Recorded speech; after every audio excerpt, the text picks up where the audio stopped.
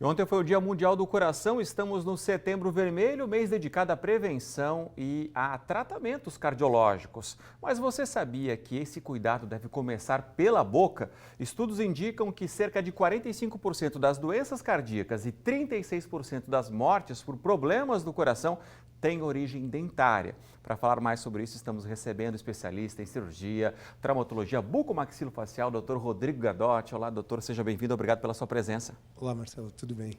A gente sempre fala, né, que a saúde começa pela boca.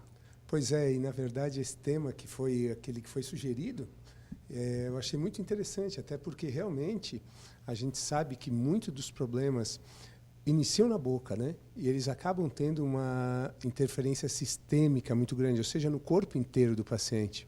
Quando a gente fala isso, doutor Rodrigo, a gente está relacionando que a cárie ela se desenvolve no dente, ocorre todo esse problema e ela vai parar dentro do estômago? É uma coisa assim ou não? Na verdade, assim, o que acontece?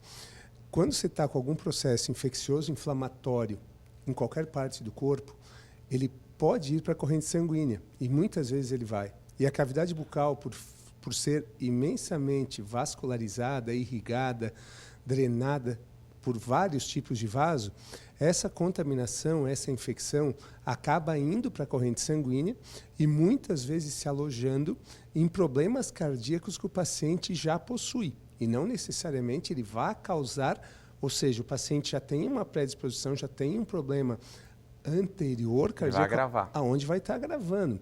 No entanto, que tem procedimentos cardíacos que se fazem que tem indicação para todo o procedimento e muitas vezes até uma, entre aspas, simples limpeza, que é a profilaxia, fazer uma profilaxia antibiótica prévia. Para quê? Para que o paciente não tenha esse processo infeccioso na corrente sanguínea e que vá se alojar em regiões que estão com problema. E como é que o paciente ele consegue ter noção disso? A condição do hálito, ela pode indicar algum problema grave de saúde? Assim, ó, a halitose, ela muitas vezes, até ouso dizer que na maioria das vezes é causada por algum problema dentro da boca. Ou seja, cavidades com cárie, doença periodontal, inflamação gengival, má higienização bucal, próteses que às vezes não estão com uma adaptação tão correta e acaba acumulando resíduo e realmente causa o mau hálito. Em alguns casos, e existe sim também patologias que causam a alteração, patologias de ordem geral, muitas vezes vinculadas à questão de uma série de órgãos que causa esse problema, mas muitas vezes não, muitas vezes é realmente localizado o foco na questão dentária. Ou seja, fácil de resolver. É só procurar o dentista. Sim, muitas vezes fácil de resolver.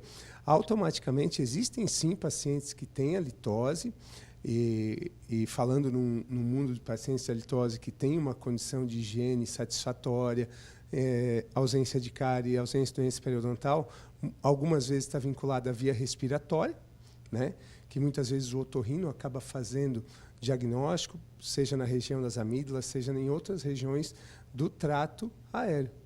Ou seja, é muito importante, então, doutor Rodrigo, ao paciente sentir que isso aqui, eu não tinha isso aqui antes, então eu vou procurar o dentista para ver qual que é o princípio disso, qual que é a causa. Exatamente, e principalmente assim, né? Quando a gente fala em problemas cardíacos, os pacientes hoje cada vez mais, a longevidade, graças à medicina, graças à evolução do ser humano, está cada vez maior. E os procedimentos cardiológicos estão sendo cada vez mais invasivos no sentido do quê? De resolver o problema de uma forma pontual, de uma forma que é onde dá uma sobrevida muito grande para o paciente, e a questão de qualidade de saúde bucal interfere diretamente no resultado e na longevidade do tratamento cardiológico. Ou seja, hoje a gente vê um número enorme de pacientes de válvula cardíaca, um número enorme de pacientes que passaram por processo de revascularização cardíaca, que é exatamente quando a gente estava falando ali, o Dia do Coração, onde a questão da higiene bucal, ela acaba tendo um processo de longevidade desses procedimentos muito maior. Então, a gente está falando sobre prevenção, e a prevenção vem pelos bons hábitos. Exatamente. Na verdade, eu sempre digo, quando a gente consegue prevenir os problemas e a gente tem uma saúde...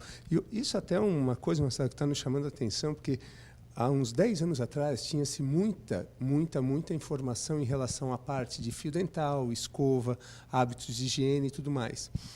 O que a gente está notando nos últimos anos para cá, vamos dizer assim, nos últimos 3, 4 anos, pacientes jovens, de 14 a 24 anos, com uso insuficiente de fio dental, parece até uma coisa que se banalizou no sentido ou seja, teve um período que não se usou, há 30 anos atrás. De 30 a 10 anos atrás, assim, campanhas maciças, o quê? Incentivo à escovação, fio dental e tudo mais. E nos últimos anos a gente vê que a gente atende cada vez mais pacientes jovens que usam fio dental com não tanta rotina quanto deveria. E isso automaticamente vai voltar mais os problemas de gengivite, os problemas de periodontite, os problemas de cárie e tudo mais.